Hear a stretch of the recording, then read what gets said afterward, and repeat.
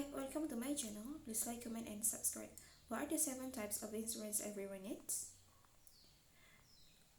Indeed, insurance might not be the most exciting topic for individuals to discuss. However, it's a necessary one to consider. When individuals forego purchasing insurance, it can have a life-altering impact shouldn't needs arise so where they wish they purchase it. Insurance helps reduce the financial burden related to maintaining health and well-being and mitigating costs associated with accidents, liability, and health. Outlined below are 7 common types of insurance for small businesses to offer individuals and families that come to the for their insurance need. The first one is health insurance. Health insurance mitigates costs for illness, injuries, and accidents. It's not uncommon for medical expenses from a catastrophic events or chronic illness to be so great that it leads many to declare bankruptcy. Even standard medical costs and doctor visits are costly and difficult for many to afford. 2 in 5 adults report having had difficulty paying for healthcare, with over 60% indicating medical costs as a source of stress. Most employers offer some level of health insurance to employees, typically sharing the cost of coverage. Private insurance can be costly through affordable plans, and tax breaks are available through the federal and state.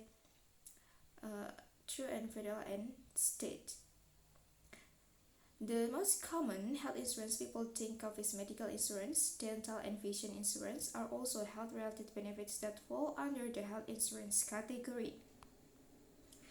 There are several types of medical insurance available.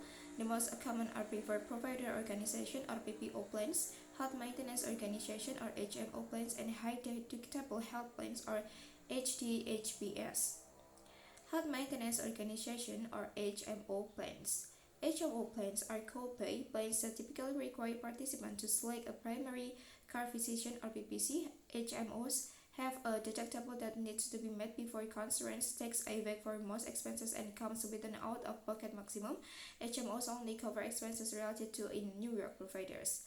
Flexible spending accounts or FSA are typically offered alongside traditional co-pay plans. An FSA is a tax advantage plan that can be used to pay for qualifying medical expenses. The IRS set annual contributory limits. Preferred provider organization plans. PPO plans are co-pay plans that are very similar to HMO plans. The key difference is that they will cover out-of-network provider expenses, whereas an HMO will not. In-network provider expenses are covered to a greater degree than out-of-network expenses.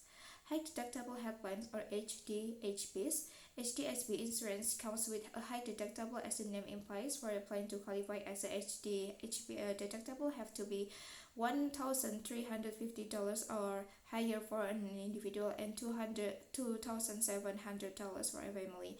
Employers typically need to meet the deductible of HDHP before the cost-sharing aspect of the insurance comes into play. Like PPO and HMO plan, common service cover include lab tests, office visit, and prescription. Some HDHP insurance will cover out-of-network costs at a lower degree than in-network costs, and some will not cover out-of-network costs at all. To help offset the upfront costs, a high deductibles HDHPs are offered accompanied by a health spending account (HSA), and HSA work like an FSA as a tax advantage spending account to cover qualified medical expenses. Unlike HSAs allow employers to contribute to plan and do not have a lose it clause. Once the money is deposited in an HSA, it is the employees to keep even if they do not remain employee with the company. Dental and vision insurance. Dental and vision insurance are much less costly compared to medical insurance. Standard dental insurance typically covers 2 checkups per year, cleaning and x-rays at 100%, and a portion of other services like fillings and crowns. Standard vision insurance covers annual checkups and a part of necessary eye care prescription like glasses and contacts. Like medical insurance, dental and vision insurance often have a deductible, and in-network providers are covered to a higher degree than out-of-network providers. Number 2, disability insurance. There are two main types of disability insurance: short-term disability and long-term disability. Short-term disability insurance generally lasts from 3 to 6 months depending on the plan design, and it typically pays up to 60% of the employee's base pay. Long-term disability kicks in after short-term disability when the disability insurance is offered through a company that provides both. Regardless, long-term disability commence after a specific period following an injury illness onset.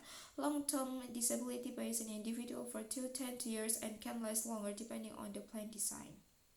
Similar to other insurance, there are a lot of nuances that come with a disability coverage. For example, some insurances pay out if you are disabled and unable to perform at your regular occupation. On the other hand, other insurance might not pay out unless it's determined that you cannot work at all.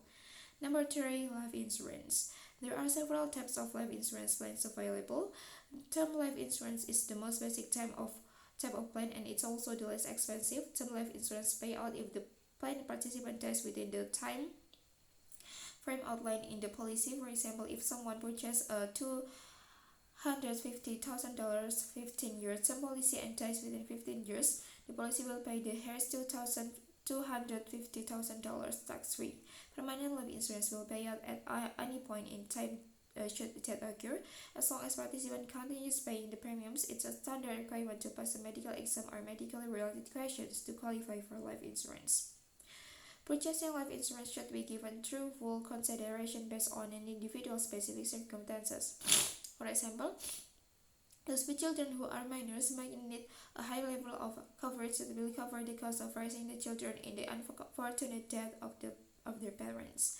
Many employers offer a certain level of life insurance for free to their employees, and employers can then purchase additional coverage for a relatively low cost. However, in most instances, the insurance only covers the employee while employed with the organization. And then number 4, long-term care insurance. Long-term care insurance is beneficial for peace of mind if individuals need to be in short or long-term nursing care. A high level of coverage might be necessary for those that don't have assets outside of the full policy to pay for the nursing care. This type of insurance can be very costly. Purchasing it through an employer is typically the most cost-effective alternative. Through many companies don't offer long-term care insurance. Hybrid policies like those that allow you to share a policy between spouses are available at a lower cost. Number 5, automobile insurance. Anyone who currently or has owned a car is already aware that automobile insurance is required by law. It's also one of the most crucial insurance coverages and can have the National Safety Council reports over 42,000 people were killed in a motor vehicle accident in 2020. In 2019, 4.4 million individuals were in accidents severe enough to require medical attention. Even less serious accident and fender benders can set someone back hundreds to thousands of dollars in repair cost. Automobile coverage pays out when the covered participant experiences a wreck, but for their damages and the other party's damages when determined the participant is at fault. Depending on the coverage level, it will also pay for damages to a vehicle due to hail, a rock hitting a window, and other type of damage. Certain car insurance levels are required by law according to the state in which one lives, and lenders require an individual to have insurance that at least covers the vehicle loan amount. Number 6. Homeowners and renters insurance. A home is not a small or insignificant purchase. In reality, it's likely the largest purchase a person will ever make. As such, it's vital to protect it. Not only someone doesn't lose the money they have in it, but also so they can report in the unfortunate event that they need to homeowners insurance pays for partial damage to a home or the complete destruction of it. It covers the cost of the structure, the damage, or the lost contents within, and the money needed to rent a home while the one covered is paying rebuild or repair. The 3 basic levels of homeowners coverage are actual cash value, extended replacement cost, or value and replacement cost. It's important to read the fine print and limitation of homeowners policy. If the house is in a flood zone, additional coverage will need to be purchased. For the home that solely covers loss and damage due to flooding, standard homeowners policy also do not cover damage caused by earthquake, neglect, and damage. Not does it cover replacement costs for available like network and jewelry. Renters also need insurance. Renters are not held liable or responsible for structural or property damage.